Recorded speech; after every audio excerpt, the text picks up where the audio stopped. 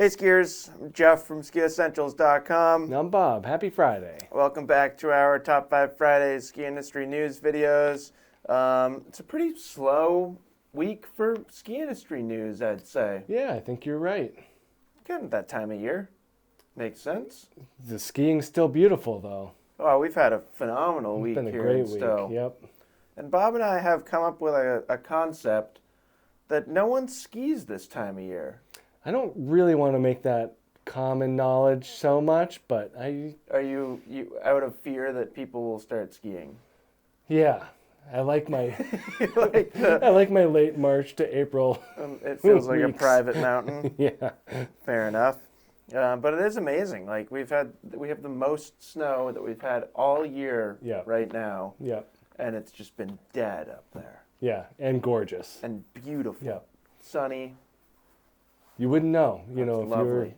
you're anywhere but the top of the mountain, even just, 40 minutes away in Burlington. Well, right now is when they take all the marketing photos that they use in December. Yeah.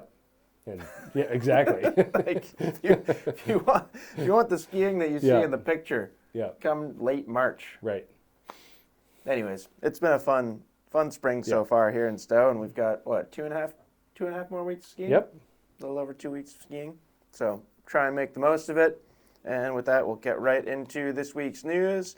We wrapped up the FIS season last week in Top 5 Fridays, but we've still got more Mikaela Schifrin news. I'm not surprised. So she set another record, which I think is a cool one and kind of sheds some light on how FIS or professional ski racing differs from other professional sports.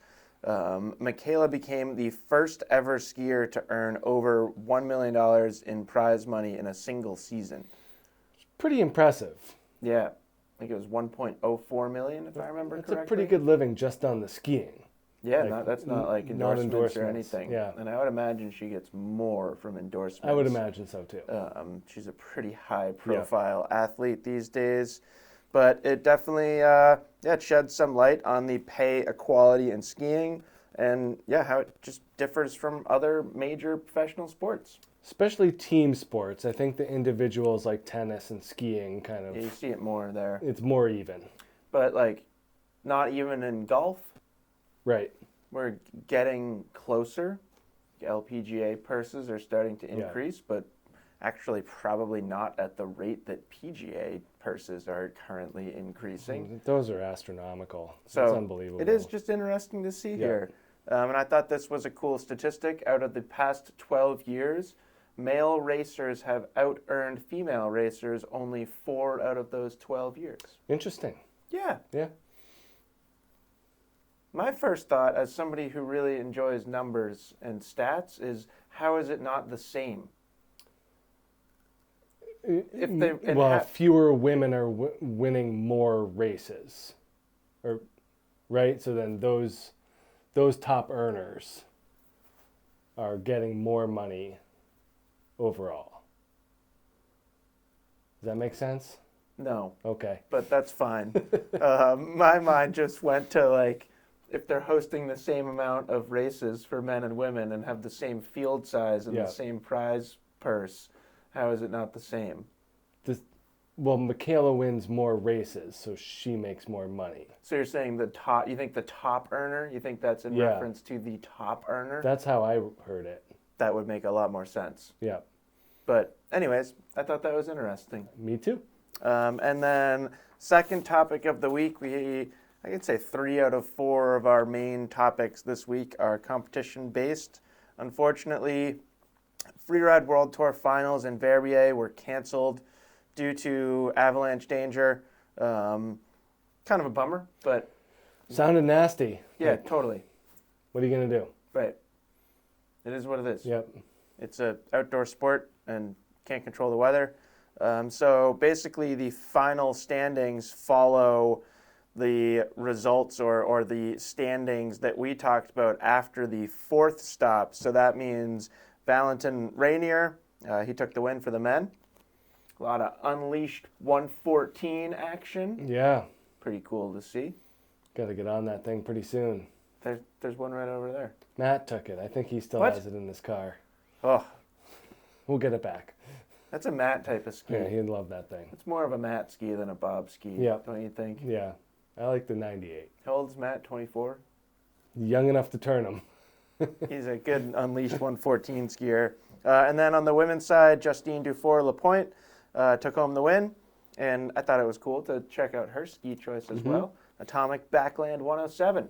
Pretty good. Lightweight, strong. Yep. We've always said that about the Backlands. Right. So kind of cool to see it reflected in Freeride World Tour use. I know it's not what you would normally think of as like Right. that ski, but Right. pretty cool. Yeah, a lot of camber in the tail. Makes Yep. sense. Stomp some big landings on that thing. So, yeah, kind of a bummer that we didn't get, I think Bob and I both mentioned that Verbier is our favorite stop of the Freeride World Tour circuit. It's like the stop in my mind. Right. So, bummed that we missed that this year, but there's always next year. Yep. There's also Slush Cup Grand Valara going on right now. So if you want extra ski competition, You can go right there. not exactly the same, but highly entertaining. And then third topic of the week, Mayflower, which is Utah's newest ski resort, and Deer Valley are apparently continuing talks. So this is something that when it kind of first came about and we got like all of the kind of initial information about Mayflower, it sounded like they really wanted to connect to Deer Valley, and Deer Valley didn't want anything to do with that. Yep. We recently got some insights that they are actually under talks. This is an ongoing discussion. President and COO of Deer Valley, Todd Bennett, acknowledged the concept and the idea of Deer Valley potentially taking over Mayflower operations, which would mean a couple of things, including a snowboard ban at Mayflower terrain. Yeah. That seems to be a sticky one. And apparently, when this was announced in person, it was met with applause. Most likely by the staunch Deer Valley contingent. I believe that is true. Yeah. Which is hard for me. It's a hard scenario for me to understand. And it's hard for me to imagine being in a room where somebody would say, we're going to ban snowboarding, and then there's enough people that it would count as applause. Right. Who are those people, and why do you hate snowboarding so much? Yeah, I don't know. I mean, it's, like the tradition argument is starting to feel a little thin. I would agree.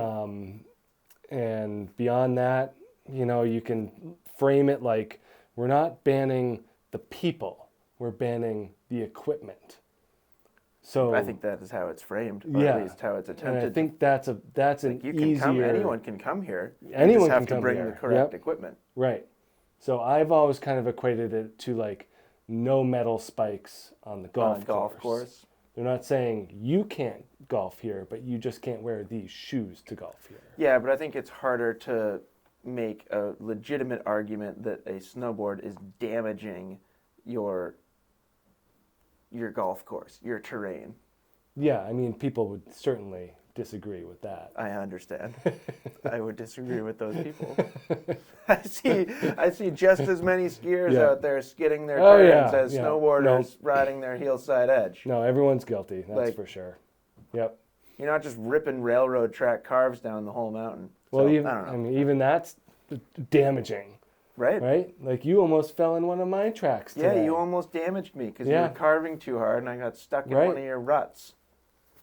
No. I'm banning you. You can't ban me. You can ban my skis. I'm banning your skis from nosedive. No, I just thought it was interesting. And Mayflower, if you remember, they have like a big military relationship.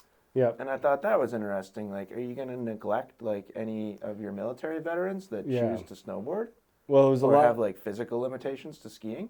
Like snowboarding can be easier on your body for a lot of people. And it seemed like that military aspect was like they were helping build it in exchange for discounts and stuff like that. So what would happen to that? I don't know. Does the builder of a building get input into what goes in there after someone buys it and leases it. Right. I don't know. It's an interesting topic. topic. Interesting scenario. Yep. And I'd be curious if there are people that are watching this video that have really strong opinions about not wanting snowboarders at their mountain. Snowboards. Thank you. I appreciate it. Let me know. But also, if you genuinely don't like snowboarders, I'd be interested to hear that too. Snowboards. No, but I want it, like, if they... The people. Yeah. Yeah. Maybe we're wrong. I don't know. It's happened before. I'm curious. Yeah. We have an audience of really intelligent skiers and hopefully some snowboarders out there, and I'm curious what their opinion is. I will say the one time that I understood it was when we were at Alta and spent a lot of time traversing. Right. And I remember thinking it's kind of silly that they don't allow snowboarders here, but also I'm pretty sure a snowboarder would not enjoy riding here very much. It would be more difficult to access some of the better terrain. Right. So that was just that was the kind of a light bulb moment for me, being oh, well, that sort of makes sense. But I don't know. Interesting stuff. Yeah. Moving right along, fourth topic of the week, kind of going back to the competition theme.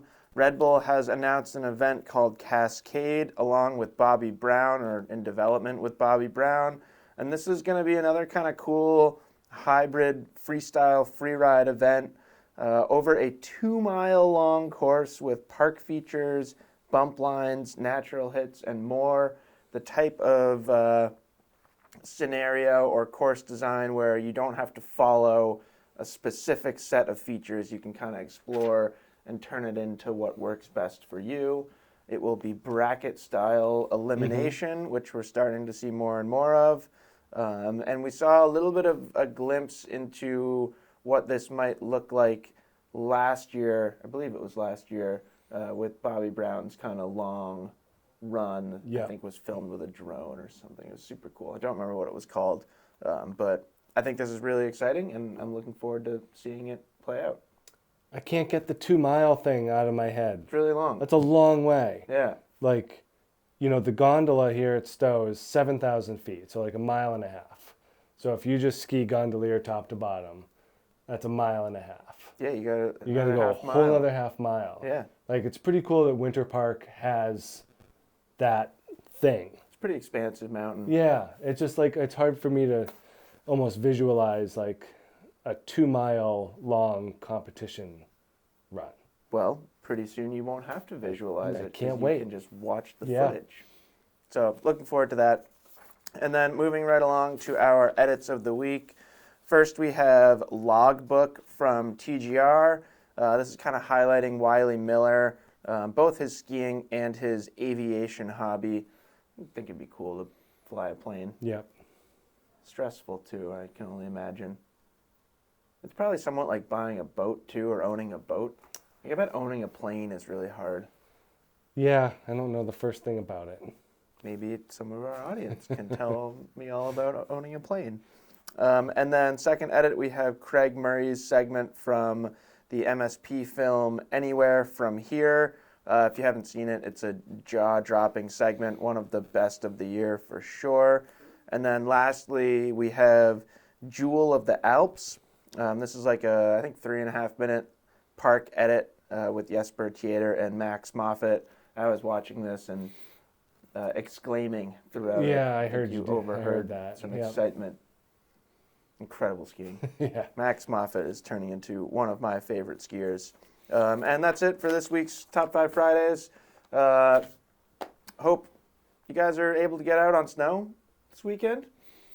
I assume some places are starting to shut down. Yeah, not Utah or California. Or Vermont. Or Vermont. Plenty of snow. Yep. Tons of snow up there. So, yeah, hope you're able to get out on snow this weekend. If not, hope you've got other outside fun activity planned. I don't know, getting pretty close to golf season, bike Gardening. season. Yeah, lots of fun stuff to do up there. I wonder if Todd's been riding his bike down in New Jersey. We should ask. Probably pretty good. Yeah. So, hope everyone has a fantastic weekend, and we'll talk to you next week. Bye.